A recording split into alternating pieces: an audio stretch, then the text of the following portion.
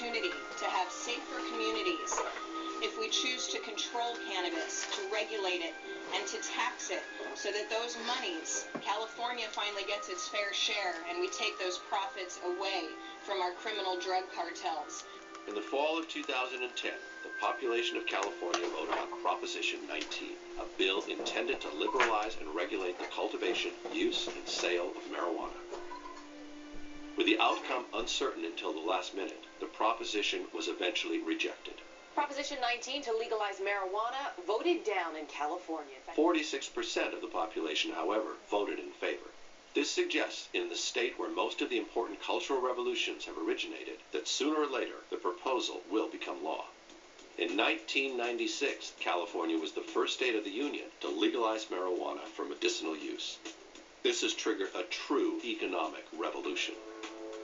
Cultivation permits are now relatively easy to obtain. Card is printing. I'm going to give you this. This is your cultivation certificate, sir.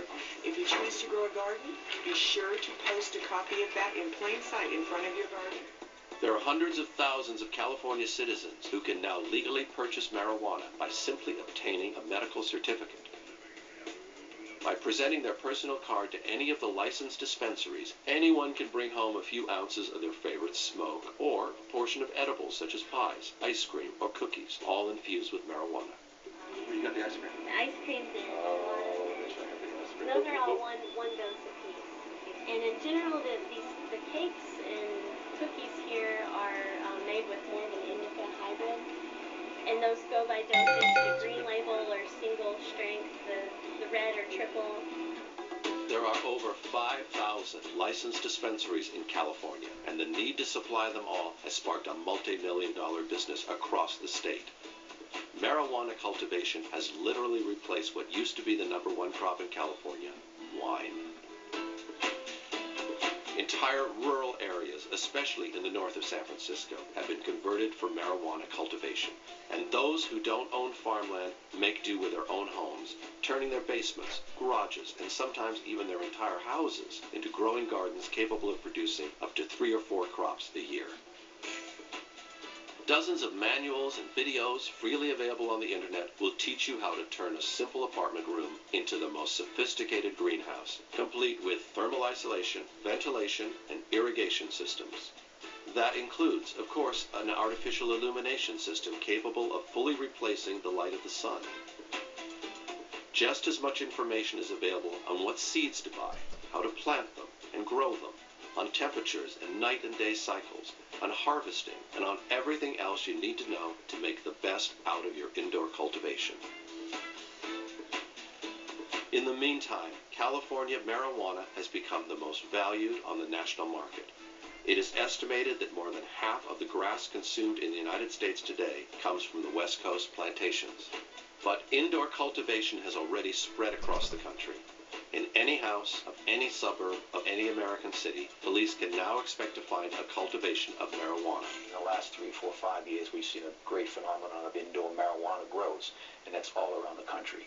In the meantime, the number of states considering the legalization or having already legalized marijuana continues to increase. In Oregon, for example, finding a cannabis cafe today is almost as ordinary as it is in California. I have patients that are on stage 5 of cancer. People were expecting them to die. Their families were just ready for them to go away. But then they started using medical marijuana, and their appetites came back. They left some of those pharmaceuticals that were so harsh. Many times I've gotten calls from people at the Veterans Administration Hospital here in Portland, and they couldn't medicate out of public view. They had gone through procedures for 4 to 6 hours, and because of that, they needed a place to use their medicine. They had to go to an alley. They had to go to the back seat of their car. That was unsafe. And so we created this place for them, for us, a niche where we could use our medicine out of public view and enjoy each other. We're social creatures. There's nothing wrong with that. More and more scientific research keeps adding up, confirming the validity of therapeutic marijuana. Other studies comparing toxicity and the risk of addiction among the most popular drugs have placed marijuana last, preceded by nicotine, heroin, cocaine, alcohol, and even caffeine. More and more doctors are taking an open stand in favor of medical marijuana. Marijuana is much less dangerous than many other substances in less restrictive schedule, like morphine and cocaine, not to mention the unscheduled legal mass killers, tobacco and alcohol. Of course, marijuana does have proven medical usefulness for some conditions. As an interested physician pharmacologist, I became very much taken by the fact that cannabis was analgesic, relieved pain. It lowered the likelihood of nausea and vomiting in cancer chemotherapy. It relieved muscle cramps in people with multiple sclerosis. It increased appetite. It helped AIDS patients both in gaining weight and in treating their nausea. Dr. Lester Greenspoon, professor emeritus at Harvard Medical School, conducted in 1967 an in-depth research on all existing scientific material on marijuana.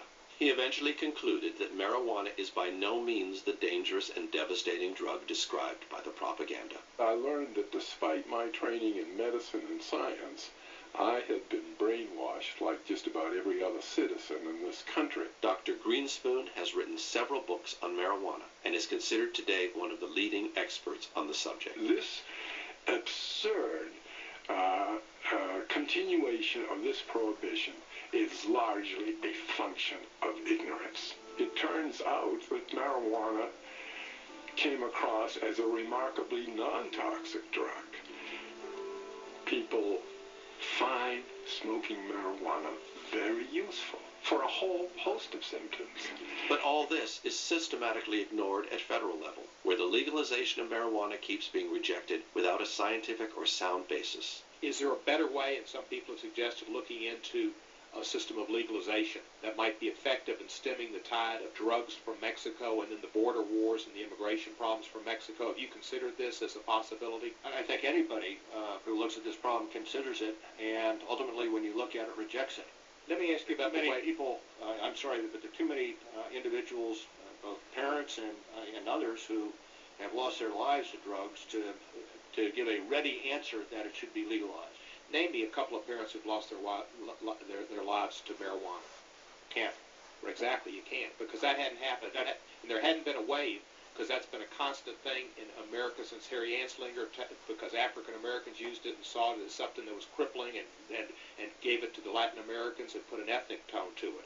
When have we, is there some time we're going to see that we ought to prioritize meth, crack, cocaine, and heroin and deal with the drugs that the American culture is really being affected by and lives are being lost? They don't care if marijuana is the only drug that can alleviate your pain and suffering so that you can live longer, so that you can take your chemotherapy, so that you have a reasonable quality of life.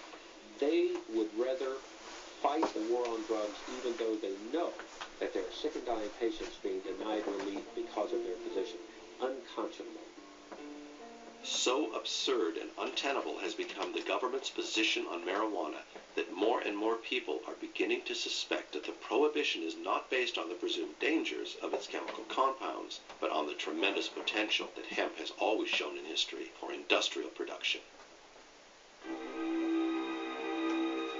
Known since ancient times as the miracle plant, the sister of man, a gift from the gods, the history of cannabis is deeply linked to human history. Since the dawn of civilization, the cannabis plant has been an invaluable source for the production of textiles, paper, food, and fuel materials, in addition to providing a wide range of important medicinal remedies. You can make paper out of it, you can make cloth out of it, you can make cord out of it, you can make oil, you can make medicine. You can make food out of hemp seed oil. You can burn it in a lamp. You can make rope. You can make parachute cordage and tie your shoes. And the Constitution was really kind of in paper. You can make plastic from hemp, paper from hemp, wood from hemp, oil from hemp, fuel from hemp.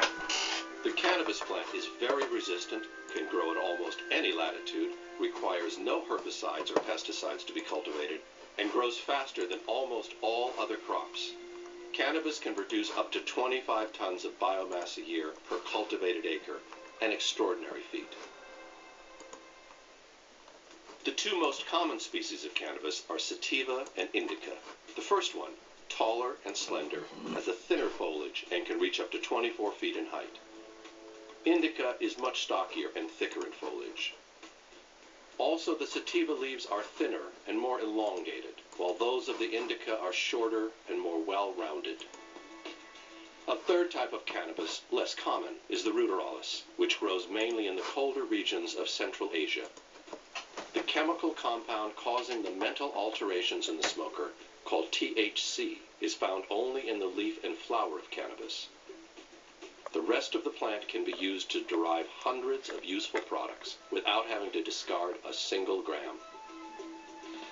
The stalk of cannabis is composed of an inner, more woody and rigid part, and an outer wrapping, which is softer and fibrous in nature.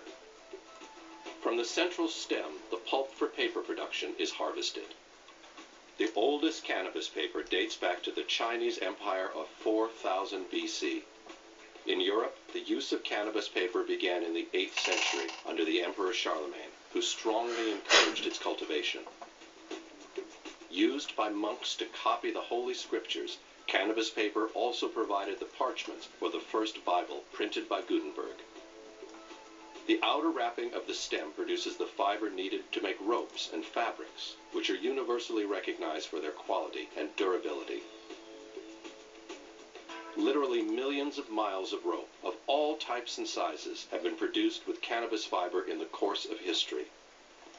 For centuries prior to about 1850, all the ships that sailed the western seas were rigged with hempen rope and sails. A 44-gun frigate took over 60 tons of hemp for rigging, including an anchor cable 25 inches in circumference. The range of fabrics that can be produced with the fiber of cannabis is virtually unlimited. The beauty of the hemp fibre is that it could be many things depending on its method of cultivation and the method of processing. These can range from coarse hessians, industrial fabrics such as carpet backings, to the finest linens. With special steam treatment, the fibre can fibrillate and produce a cloth of silky consistency, which is indistinguishable from natural silk. Fabrics from cannabis are generally softer and stronger than cotton. They cost less, and their manufacturing, unlike cotton, produces virtually no pollution. Hemp is undoubtedly the most durable of the natural fibres. The original Levi jeans were made from recycled sailcloth, which was made from hemp fibre, and it proved its worth under the most trying of conditions. The testing we've done over 3 years, 3 years of very hard wash and wear, don't make the slightest impression on the hemp fibre. It softens, but it doesn't weaken. The seeds of cannabis can be used as a food base, ground into a high-protein flour, or used to produce an excellent edible oil, rich in protein, carbohydrates, and essential fatty acids, such as omega-3 and omega-6. Hemp seed oil is unique in having such a high proportion of the omega-3 unsaturated fatty acids with a very strong cardioprotective effect. It has a near complete balance of essential amino acids, second only to soybean. The oil of cannabis may also provide a superior fuel for illumination and domestic heating, or it can be used as fuel for cars in the form of ethanol. As you can see, there is no smoke emitting from this in this room. Try this with a tablespoon or 2 of gasoline, and you will have the comparative test. Also, when your engine is through burning on gasoline, take it apart and see how much dirty carbon you find in the engine. We found that running a car 3,500 miles, we couldn't even get a white glove dirty when we took our finger inside of the exhaust pipe. In 1941, the manufacturer Henry Ford designed an automobile that was built almost entirely with vegetable products, especially cannabis and its derivatives. The engine was already using a blend of 10% ethanol, while the body was made up of a special biodegradable plastic, much lighter but significantly stronger than a normal metallic body. In fact, there are at least 5,000 items that can be produced with cannabis. Amongst these are crackers, animal cages, insulation materials, textile fibers, guitar cases, sheets, rollers for massage, mascara, napkins, oatmeal, mattresses, footwear, t-shirts, shoelaces, earmuffs, diapers, baby pacifiers, pillows, hammocks, speaker boxes, shower curtains, chairs, deodorants, blankets, drums, coffee filters, clogs, sawdust for the stalls, curtains, hats, boots, ironing boards, underwear, towels, gloves, candles, surfboards, and even houses can be built in large part with cannabis products. Despite this, the production of cannabis is currently banned practically everywhere in the world. The problems for cannabis began in the 1930s.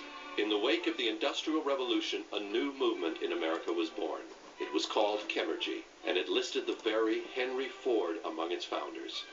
Instead of abandoning agriculture to itself and directing all the investments toward the industry, this movement sought to transform and harness the agricultural output in order to integrate it into industrial production. The idea was to use agricultural products, mainly cannabis, to provide the industry with all the raw materials it needed. But there was a major handicap in making the production of cannabis truly competitive. The separation of the fiber from the stalk still needed to be done by hand, and this slowed down the production while greatly increasing the cost. But the invention of a new machine, the decorticator, seemed to remove the last barrier for cannabis, finally promising unlimited success. At that time, the magazine Popular Mechanics published a landmark article entitled New Billion-Dollar Crop, in which it envisioned a tremendous revival of cannabis plantations all around the world. But not everyone seemed to be happy with the future success of this miracle plant. At that time, the magnate of pink journalism, William Randolph Hearst, had bought millions of acres of timber forests, which he intended to use to make paper for his ever more popular tabloid publications. With the return of hemp paper, far less expensive than tree paper, his empire was doomed to collapse in a short period of time. Another industry giant who was directly threatened by the return of cannabis was Lamont DuPont, the owner of the petrochemical company that had just bought the patents to create dozens of synthetic products from oil. Nylon stockings, brushes, men's clothing, and even tires for your car. And then Orlon, Dacron, synthetic sponges, cellophane, and a full range of products that would have been easily displaced on the market by their competitors made with hemp. Apart from the risk of losing millions of dollars, Hearst and DuPont had something else in common. They were both funded by one of the most powerful bankers of the time, Andrew Mellon. Andrew Mellon was also the owner of Gulf Oil, one of the so-called Seven Sisters. At that time, oil companies were expanding at great speed, but were likely to see their investments vanish by the mass production of cannabis.